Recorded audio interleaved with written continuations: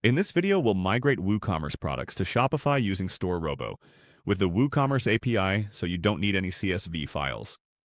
First, log into your WordPress dashboard. From the left menu, go to WooCommerce, then click Settings. Inside Settings, open the Advanced tab. Now click REST API keys to manage API access. Click Add Key to create a new API key. Give the key a description, choose a user, and set permissions. Then click Generate API Key. WooCommerce now generates a consumer key and consumer secret. Copy both and keep them safe. You'll paste these into StoreRobo next. Now, switch to your Shopify admin, open Apps, and launch StoreRobo. In the Import section, select the WooCommerce API option. Paste the consumer key and consumer secret, enter your WooCommerce server or domain name, and click Connect. Once connected, you'll see a Connection Successful message.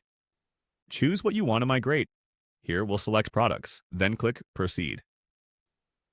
Review your filters and import options. You can leave filters empty to import everything and adjust options if needed. When you're ready, click Import.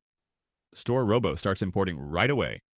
You can track progress on this screen while products are being identified and imported. Once finished, the status changes to Completed, and you'll see a summary: how many were identified, imported, skipped, or failed. You can also open the log if you want details. And that's it.